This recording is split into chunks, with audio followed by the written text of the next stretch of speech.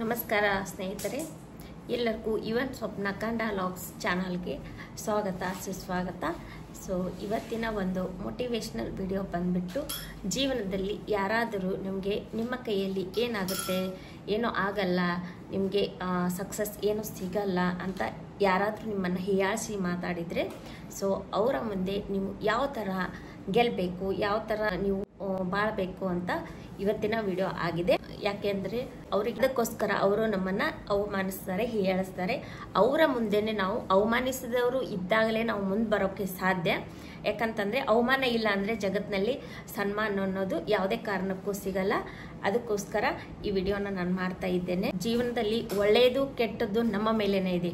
ಒಳ್ಳೆಯದು ಮಾಡಿದರೆ ಒಳ್ಳೆಯವರಾಗಿ ಇರ್ತೀವಿ, ಕೆಟ್ಟದ್ದು ಮಾಡಿದರೆ ನಾವು ಕೆಟ್ಟವರಾಗಿ ಇರ್ತೀವಿ. ನಾವು ಸೋಮವಾರದಿಂದ ಶನಿವಾರದವರೆಗೂ ಕೆಲಸಕ್ಕೆ ಹೋಗಿ ಬರುವಾಗ ಒಂಥರ ಕಿರಿಕಿರಿ ಅನಿಸುತ್ತೆ, ಬೇಜಾರಾಗುತ್ತೆ, ಮನಸ್ಸಿಗೆ ನೋವಾಗುತ್ತೆ. ಏನಪ್ಪ, ಎಷ್ಟು ಲೈಫ್ನಲ್ಲಿ ಬಡದಾಡಬೇಕು, ಎಷ್ಟು ಕಷ್ಟಪಡಬೇಕು, ಈ ಥರ ಎಲ್ಲ ಅನಿಸ್ತಾ ಇರುತ್ತೆ. ಶನಿವಾರ ಬಂದ ಕೂಡಲೇ ನಮಗೆ ಒಂಥರ ನೆಮ್ಮದಿ ಸಿಗುತ್ತೆ, ಖುಷಿ ಸಿಗುತ್ತೆ. ಯಾಕಂತಂದರೆ ನಮಗೆ ನೆಕ್ಸ್ಟ್ ಡೇ ಹಾಲಿಡೇ, ಅದಕ್ಕೋಸ್ಕರ ನಮಗೆ ಖುಷಿ ಇರುತ್ತೆ.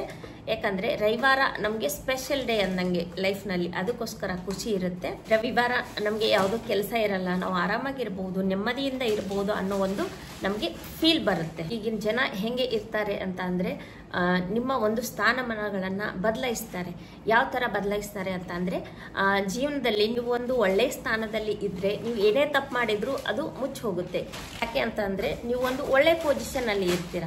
ಅದಕ್ಕೋಸ್ಕರ ಜನ ನೀವು ಏನೇ ತಪ್ಪು ಮಾಡಲಿ, ಎಷ್ಟೇ ಕೆಟ್ಟ ಕೆಲಸಗಳನ್ನು ಮಾಡಿ ಅವೆಲ್ಲ ಮುಚ್ಚಾಕ್ತಾರೆ. ಬೈ ಚಾನ್ಸ್ ನೀವು ಒಂದು ಒಳ್ಳೆಯ ಸ್ಥಾನದಲ್ಲಿ ಇರಲಿಲ್ಲ ಅಂದರೆ, ನೀವು ಎಷ್ಟೇ ಒಳ್ಳೇದು ಮಾಡಿದರೂ ಜನ ನಿಮ್ಮನ್ನು ಎತ್ತಿ ಹಿಡಿತಾರೆ. ಅಂದರೆ ನಿಮ್ಮನ್ನು ಕೆಟ್ಟದಾಗಿ ಭಾವಿಸ್ತಾರೆ.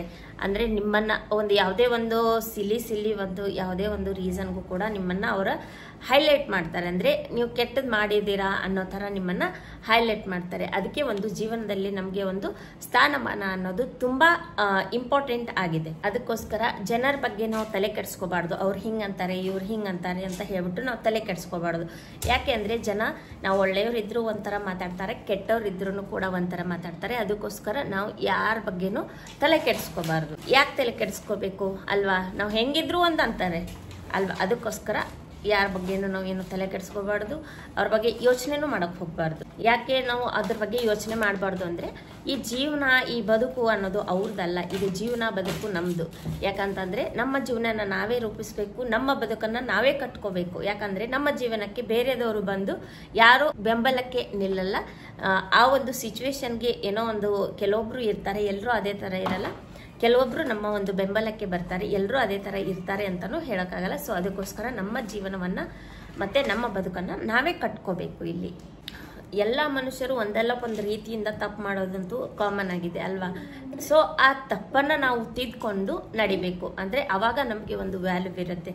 ಪದೇ ಪದೇ ತಪ್ಪನ್ನು ಮಾಡ್ತಾ ಇದ್ದರೆ ಅದಕ್ಕೆ ಒಂದು ಮರ್ಯಾದೆನೂ ಇರಲ್ಲ, ಅದಕ್ಕೆ ಒಂದು ವ್ಯಾಲ್ಯೂನೂ ಇರಲ್ಲ. ಅದೇ ತಪ್ಪನ್ನು ನಾವು ತಿದ್ದುಕೊಂಡು ಮುಂದೆ ಸಾಗಬೇಕು. ಮತ್ತು ಆ ಥರ ಬೇರೆ ಒಂದು ತಪ್ಪು ಆಗದೆ ಇರೋ ಥರ ನಾವು ನೋಡಿಕೊಂಡು ನಮ್ಮ ಜೀವನನ ನಾವು ಮಾಡಬೇಕು. ಅವ್ರು ಆ ಥರ ಅಂದರು, ಇವ್ರು ಈ ಥರ ಅಂದ್ಬಿಟ್ಟು ಅವ್ರ ಮೇಲೆ ನಾವು ಸೇಡನ್ನು ತೀರಿಸ್ಕೊಳ್ಳುವಂಥ ಅವಶ್ಯಕತೆ ಇಲ್ಲ ಅಂತ ನಾನು ಅನ್ಕೋತೀನಿ.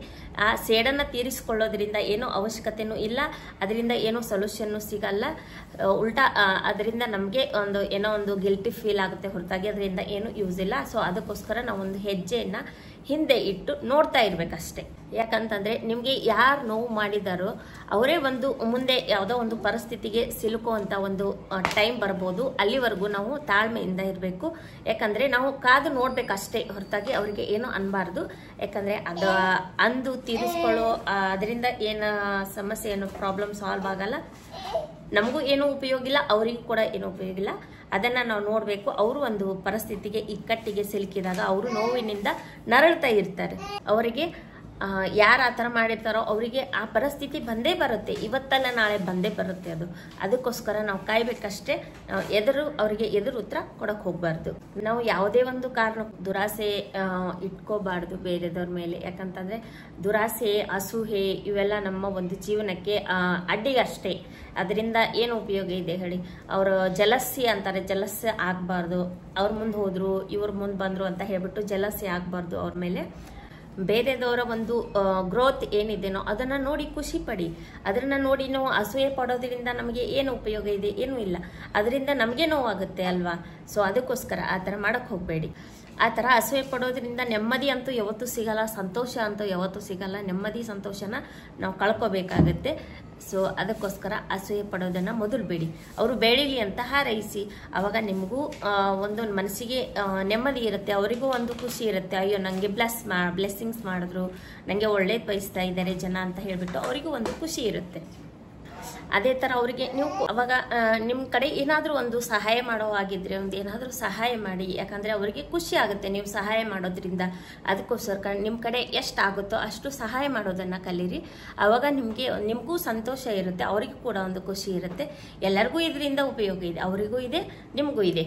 ಬೇರೆದವ್ರು ಕೆಟ್ಟದ್ದು ಮಾಡಿದ್ದನ್ನು ನೀವು ನೆನೆಸ್ಕೊಂಡ್ಬಿಟ್ಟು ಎಲ್ಲಿವರೆಗೂ ನೀವು ಸಹಿಸ್ಕೊಂಡು ಸುಮ್ಮನೆ ಇದ್ದು ನೀವು ನಿಮ್ಮ ಸಾಧನೆ ಕಡೆ ಗಮನ ಕೊಡ್ತೀರೋ ಅಲ್ಲಿವರೆಗೂ ನೀವು ಜನರ ಕಣ್ಣಿಗೆ ಒಳ್ಳೆಯವರಾಗಿಯೇ ಕಾಣ್ತೀರಾ ಅಲ್ವಾ? ಅದೇ ನಾವು ಬೇರೆದವರು ಒಂದು ಉತ್ತಮ ಸ್ಥಾನದಲ್ಲಿ ಇರೋರಿಗೆ ನಾವು ಕೆಟ್ಟ ಹೆಸರು ಇಟ್ಟರೆ, ಅಂದರೆ ಅವರೇ ಜಲಸಿ ಫೀಲ್ ಮಾಡಿರ್ತಾರೆ, ಬಟ್ ಅವರಿಗೆ ನಾವು ಅದನ್ನು ಕೆಟ್ಟ ಹೆಸರು ಇಟ್ಟರೆ ಅವರು ನಮ್ಮನ್ನು ಅವಾಗ ಕೆಳಗಡೆ ಬೀಳಿಸೋ ಚಾನ್ಸಸ್ ಇದೆ. ಅಂದರೆ ಜನರಿಗೆ ನಾವೇ ಕೆಟ್ಟ ಆಗಿಬಿಡ್ತೀವಿ ಅಲ್ಲಿ ಅಲ್ವಾ? ಅದಕ್ಕೋಸ್ಕರ ಬೇರೆದವ್ರಿಗೆ ಏನು ಅನ್ಬೇಡಿ. ಇಂತಹ ಒಂದು ಸ್ವಾರ್ಥಿಗಳು ಇರೋ ಪ್ರಪಂಚದಲ್ಲಿ ಅವ್ರು ಹೀಗಂದ್ರು ಇವ್ರು ಹಾಗಂದ್ರು ಅಂತ ಹೇಳಿಬಿಟ್ಟು ನಾವು ತಲೆಯನ್ನು ಕೆಡಿಸ್ಕೋಬಾರ್ದು, ಟೆನ್ಷನ್ ಮಾಡ್ಕೋಬಾರ್ದು, ಡಿಪ್ರೆಷನ್ಗೆ ಹೋಗಬಾರ್ದು. ಚಿಂತೆ ಮಾಡಿ ನಮ್ಮನ್ನು ನಾವೇ ಹಿಂಸೆ ಕೊಟ್ಕೊಂಡು ಆ ಥರ ಎಲ್ಲ ಮಾಡಿದರೆ ನಮಗೆ ಯಾವ ಬೆಲೆನೂ ಇಲ್ಲ. ಆವಾಗ ನಮ್ಮ ಒಂದು ಜೀವನನೇ ನಾವೇ ಕಷ್ಟಕ್ಕೆ ಸಿಲುಕಿಸಿಬಿಡ್ತೀವಿ. ಅದಕ್ಕೋಸ್ಕರ ಬೇರೆದವ್ರದ್ದು ಯಾವುದೋ ಥರ ನಾವು ಟೆನ್ಷನ್ ತಗೋಬಾರ್ದು, ಚಿಂತೆಯನ್ನು ಮಾಡಬಾರ್ದು. ಇಲ್ಲಿ ಎಲ್ಲ ನಾನೇ ಅನ್ಬಾರ್ದು. ಯಾಕಂತಂದರೆ ಜಗತ್ತಿಗೆ ನಾವು ಅನಿವಾರ್ಯ ಅಲ್ಲ, ಜಗತ್ತೇ ನಮಗೆ ಅನಿವಾರ್ಯ. ಜಗತ್ತಿಗೆ ನಾವೇ ಅನಿವಾರ್ಯ ಅಂತ ಯಾರು ಅನ್ಕೋತಾರೋ ಅದು ಅಹಂಕಾರ ಅಂತ ಅನ್ಕೋಬೇಕು. ಜಗತ್ತಿಗೆ ನಾವಂತೂ ಅನಿವಾರ್ಯ ಅಲ್ಲೇ ಅಲ್ಲ ಅಲ್ವಾ? ನಮಗೆ ಜಗತ್ತು ಒಂಥರ ಅನಿವಾರ್ಯ. ಯಾಕಂತಂದರೆ ಜಗತ್ತಿನಲ್ಲಿ ನಮ್ಮಂಥವ್ರು ಎಷ್ಟೋ ಜನ ಬರ್ತಾ ಇರ್ತಾರೆ, ಹೋಗ್ತಾ ಇರ್ತಾರೆ ಅಲ್ವಾ? ನಮ್ಮ ಮನಸ್ಸಲ್ಲಿರೋ ಅಹಂಕಾರ ಮತ್ತು ನಮ್ಮ ಒಂದು ಕಣ್ಣಿನಲ್ಲಿ ಬಿದ್ದಂತಹ ಒಂದು ಧೂಳು ಎರಡು ಒಂದೇ.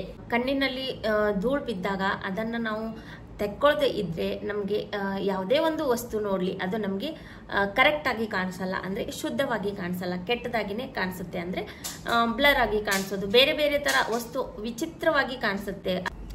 ನಿನ್ನ ಕೈಯಲ್ಲಿ ಏನಾಗುತ್ತೆ, ಈ ಜಗತ್ತಿನಲ್ಲಿ ನಿನ್ನಿಂದ ಏನು ಮಾಡೋಕ್ಕೆ ಸಾಧ್ಯ ಅಂತ ಯಾರು ಅಂದಿರ್ತಾರೋ ನಿಮಗೆ, ಆವಾಗ ಅವರ ಮುಂದೆ ನೀವು ಬೆಳೆದು ನಿಲ್ಲಬೇಕು ಅಂತಂದರೆ ತಪ್ಪದೇ ಈ ಎರಡು ಕೆಲಸಗಳನ್ನು ಮಾಡಿ ಸಾಕು. ಅಷ್ಟು ಮಾಡಿದ್ರೆ ನೀವು ಜಗತ್ತಿನಲ್ಲಿ ಏನಾದರೂ ಒಂದು ಸಾಧನೆ ಮಾಡುವುದು. ಮೊದಲನೇದಾಗಿ ಛಲ ಅನ್ನೋದು ನಿಮ್ಮ ಹತ್ರ ಬರಬೇಕು. ಅಂದರೆ ನೀವು ಎಷ್ಟು ಹಠ ಮಾಡ್ತೀರಾ ಅಷ್ಟು ನಿಮಗೆ ಗುರಿ ಕೈ ಹಿಡಿಯುತ್ತೆ.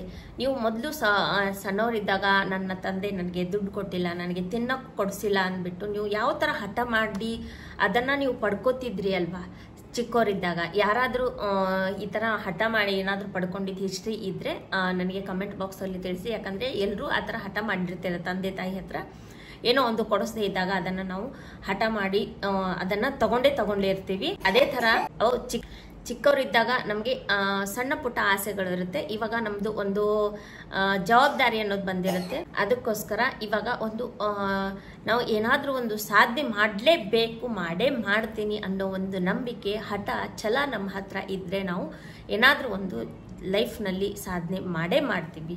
ಅದೇ ಥರ ನಮಗೆ ಯಾರು ಅಂದಿದಾರೋ ಅವ್ರ ಮುಂದೆ ನಾವು ಹಠವನ್ನು ಬಿಡದೆ ಸಾಧಿಸಿ ತೋರಿಸ್ಬೇಕು. ಎರಡನೇದಾಗಿ ಬಂದ್ಬಿಟ್ಟು ಸತತ ಪ್ರಯತ್ನ. ಅಂದರೆ ಕಂಟಿನ್ಯೂ ಆಗಿ ನಾವು ನಮ್ಮ ಪ್ರಯತ್ನನ ನಾವು ಬಿಡಬಾರ್ದು. ಎಷ್ಟೇ ಸಲ ಫೇಲು ಆಗಲಿ ಲೈಫ್ನಲ್ಲಿ ಟ್ರೈ ಅಗೇನ್ ಅನ್ನೋದು ಒಂದಿರುತ್ತೆ. ಟ್ರೈ ಮಾಡ್ತಾ ಇರಬೇಕು. ಯಾಕಂತಂದರೆ ಸಡನ್ನಾಗಿ ಯಾವುದೇ ಒಂದು ವಸ್ತು ಆಗಲಿ ಏನೇ ಆಗಲಿ ಸಡನ್ನಾಗಿ ನಮಗೆ ಸಿಗಲ್ಲ. ಏನೋ ಒಂದು ಪ್ರಯತ್ನ ಮಾಡಿದಾಗ ನಮಗೆ ಅದು ಸಿಗುತ್ತೆ. ಇವಾಗ ಒಂದು ಎಕ್ಸಾಂಪಲ್, ಒಂದು ಏನೋ ನಾವು ಸಣ್ಣ ಬೇಬಿ ಇರುತ್ತೆ. ಆ ಬೇಬಿ ನಮಗೆ ಪ್ರತಿ ಸಲನೂ ಸಡನ್ನಾಗಿ ಎದ್ದು ನಿಂತು ಓಡಾಡಲ್ಲ. ಸ್ಟಾರ್ಟಿಂಗಲ್ಲಿ ಅದು ತಿನ್ನೋಕೆ ನಾವು ರೊಟ್ಟಿ ಚಪಾತಿ ಕೊಟ್ಟರೆ ಅದು ತಿನ್ನಲ್ಲ. ಸೊ ನಾವು ಏನು ಮಾಡಬೇಕು ಅಂದರೆ ಅದಕ್ಕೆ ಸ್ವಲ್ಪ ಫಸ್ಟ್ ಸ್ಟಾರ್ಟಿಂಗು ನಾವು ಫೀಡಿಂಗು ಅದು ಇದು ಕೊಡ್ತೀವಿ. ಆಮೇಲೆ ನೆಕ್ಸ್ಟ್ ಬಂದುಬಿಟ್ಟು ಸರ್ಲ್ಯಾಕು ಈ ಥರ ಕೊಡ್ತೀವಿ ಬೇಬಿಗೆ. ಆಮೇಲೆ ನೆಕ್ಸ್ಟ್ ಬಂದ್ಬಿಟ್ಟು ಮಂತ್ಸ್ ವೈಸ್ ಹೋಗ್ತದೆ. ಆಮೇಲೆ ಒಂದು ಇಯರು ಆದಮೇಲೆ ಸ್ವಲ್ಪ ಗಂಜಿ ಆ ಥರ ಎಲ್ಲ ಲಿಕ್ವಿಡ್ ಈ ಥರ ಮತ್ತೆ ಮನೆಯಲ್ಲಿ ಪ್ರಿಪೇರ್ ಮಾಡಿ ನಾವು ಕೊಡ್ತೀವಿ. ಆಮೇಲೆ ನೆಕ್ಸ್ಟ್ ಬಂದುಬಿಟ್ಟು ಅದಕ್ಕೆ ಹಲ್ ಬಂದಮೇಲೆ ಸ್ವಲ್ಪ ಸ್ವಲ್ಪ ಏನಾದರೂ ಅದನ್ನು ಅಗಿಯೋಕೆ ಅಂತ ಹೇಳಿಬಿಟ್ಟು ಮೊದಲು ನಾವು ಟೇಸ್ಟನ್ನು ಅದಕ್ಕೆ ತೋರಿಸ್ತೀವಿ. ಒಂದು ಆ್ಯಪಲ್ ಆಗಿರ್ಬೋದು, ಒಂದು ಯಾವುದೋ ಒಂದು ಸೌತೆಕಾಯಿ ಆಗಿರ್ಬೋದು, ಆಮೇಲೆ ಆರೆಂಜ್ ಫ್ರೂಟ್ಸ್, ಯಾವುದೇ ಒಂದು ಫ್ರೂಟ್ಸ್ ಇರಲಿ ಅದನ್ನು ಕೊಟ್ಟು ನಾವು ಮೊದಲು ಟೇಸ್ಟನ್ನು ಹುಡುಗನಿಗೆ ಮಕ್ಕಳಿಗೆ ನಾವು ಯಾವ ಥರ ಇದೆ ಅಂತ ಗುರುತಿಸ್ತೀವಿ ಅಲ್ವಾ. ಅದೇ ಥರ ಒಂದೊಂದಾಗಿ ಅದು ಯಾವ ಥರ ಸ್ಟೆಪ್ ಬೈ ಸ್ಟೆಪ್ ಅದು ಕಲಿತಾ ಹೋಗುತ್ತೋ ಹಾಗೆ ನಾವು ಲೈಫ್ನಲ್ಲಿ ಕೂಡ ಸ್ಟೆಪ್ ಬೈ ಸ್ಟೆಪ್ ಕಲಿತಾ ಹೋಗಬೇಕು. ಯಾಕಂತಂದರೆ ಸಡನ್ನಾಗಿ ಬೇಬಿನೂ ಕೂಡ ಒಂದಕ್ಕೆ ಅಡಿಕ್ಟ್ ಆಗತ್ತೆ. ಅಂದರೆ ಸಡನ್ನಾಗಿ ಬೇರೆದಕ್ಕೆ ಚೇಂಜ್ ಆಗಲ್ಲ, ಅಲ್ಲಿ ಅದು ಕೂಡ ಸಕ್ಸಸ್ ಆಗಲ್ಲ, ಯಾಕಂದರೆ ಫೇಲ್ ಆಗುತ್ತೆ. ಅಂದರೆ ನನಗೆ ಇದು ಅಡ್ಜಸ್ಟ್ ಆಗಲ್ಲ ಅಂದ್ಬಿಟ್ಟು ಅದು ಒಂದೇ ಸಲಕ್ಕೆ ಯಾವುದು ಬೇರೆದು ಒಂದು ಹೊಸದನ್ನು ಪರಿಚಯ ಮಾಡಿದರೆ ಅದು ಸಡನ್ನಾಗಿ ಹೇಗೆ ತಗೊಳ್ಳಲ್ವೋ ಹಾಗೆ ನಾವು ಕೊಟ್ಟಂಗೆ ಬೇರೆ ಕೊಟ್ಟ ಹಾಗೆ ಅದು ಯಾವ ಥರ ತಗೊಳ್ಳುತ್ತೋ ಅದೇ ಥರ ನಮ್ಮ ಲೈಫ್ ಸೈಕಲ್ ಕೂಡ ನಾವು ಯಾವಾಗ ಪ್ರಯತ್ನ ಮಾಡ್ತಾ ಇರ್ತೀವಿ ಕಂಟಿನ್ಯೂಸ್ ಆಗಿ, ಆವಾಗ ನಮಗೆ ಸಕ್ಸಸ್ ಅನ್ನೋದು ತಾನಾಗಿ ಬರುತ್ತೆ ಅದು. ಸೊ ಎಷ್ಟೇ ಫೇಲ್ ಆದರೂ ಯಾವತ್ತೂ ನಮ್ಮ ಪ್ರಯತ್ನನ ನಾವು ಬಿಡಬಾರ್ದು ಅಂತ ಹೇಳೋಕ್ಕೆ ಇದೊಂದು ಎಕ್ಸಾಂಪಲ್ ಕೊಟ್ಟಿದ್ದೇನೆ ಅಷ್ಟೇ. ಇಷ್ಟು ಹೇಳಿ ಈ ವಿಡಿಯೋನ ಎಂಡ್ ಮಾಡ್ತಾ ಇದ್ದೀನಿ. ಯಾಕಂತಂದರೆ ಲೈಫ್ನಲ್ಲಿ ಎಲ್ಲರಿಗೂ ಈ ಅನುಭವ ಆಗಿರುತ್ತೆ. ಯಾಕಂದರೆ ಎಲ್ಲರೂ ಹೀಯಾಳಿಸಿರ್ತಾರೆ ಒಂದಲ್ಲ ಒಂದು ರೀತಿಯಿಂದ, ಎಲ್ಲರಿಗೂ ನೋವು ಆಗಿರುತ್ತೆ. ಸೊ ಅದಕ್ಕೋಸ್ಕರ ನಿಮ್ಮ ಹತ್ತಿರ ಇರೋ ಒಂದು ಹಠನ ಯಾವತ್ತೂ ಬಿಡಬೇಡಿ. ಮತ್ತು ನಿಮ್ಮ ಹತ್ತಿರ ಇರೋ ಯಾವತ್ತೂ ಒಂದು ಸತತ ಪ್ರಯತ್ನ ಅನ್ನೋದು ಏನಿದೆನೋ ಅದು ನಿಮ್ಮ ಹತ್ರ ಬೆಳೆಸ್ಕೊಳ್ಳಿ. ಸತತ ಪ್ರಯತ್ನ ಅನ್ನೋದು ಬಿಟ್ಟರೆ ನಿಮಗೆ ಯಾವುದು ಸಾಧ್ಯ ಇಲ್ಲ. ಸತತ ಕಂಟಿನ್ಯೂಸ್ ಆಗಿ ಪ್ರಯತ್ನ ಮಾಡ್ತಾ ಇರಿ. ಯಾವುದಾದ್ರೂ ಒಂದು ಮೆಟ್ಲನ್ನು ನೀವು ಏರ್ಬೋದು, ಒಂದು ದೊಡ್ಡ ವ್ಯಕ್ತಿಯಾಗಿನೂ ನೀವು ಬೆಳಿಬೋದು ಅಂತ ಹೇಳಿ ಈ ವಿಡಿಯೋ ಎಂಡ್ ಮಾಡ್ತಾ ಇದ್ದೇನೆ. ಮತ್ತು ನಿಮಗೆ ನಾನು ಮುಂದಿನ ವಿಡಿಯೋದಲ್ಲಿ ಸಿಗ್ತಾ ಇರ್ತೇನೆ. ನನ್ನ ವಿಡಿಯೋ ಯಾರಿಗೆಲ್ಲ ಇಷ್ಟ ಆಗಿರುತ್ತೋ ನನ್ನ ಚಾನಲ್ ಸಬ್ಸ್ಕ್ರೈಬ್ ಮಾಡ್ಕೊಂಡಿಲ್ಲ ಅಂದರೆ ದಯವಿಟ್ಟು ಸಬ್ಸ್ಕ್ರೈಬ್ ಮಾಡ್ಕೊಳ್ಳೋದನ್ನು ಮರಿಬೇಡಿ. ಹಾಗೆ ಒಂದು ಲೈಕ್ ಕೊಡಿ, ಕಮೆಂಟ್ ಮಾಡೋದನ್ನು ಮರಿಬೇಡಿ. ಬೈ ಸ್ನೇಹಿತರೆ.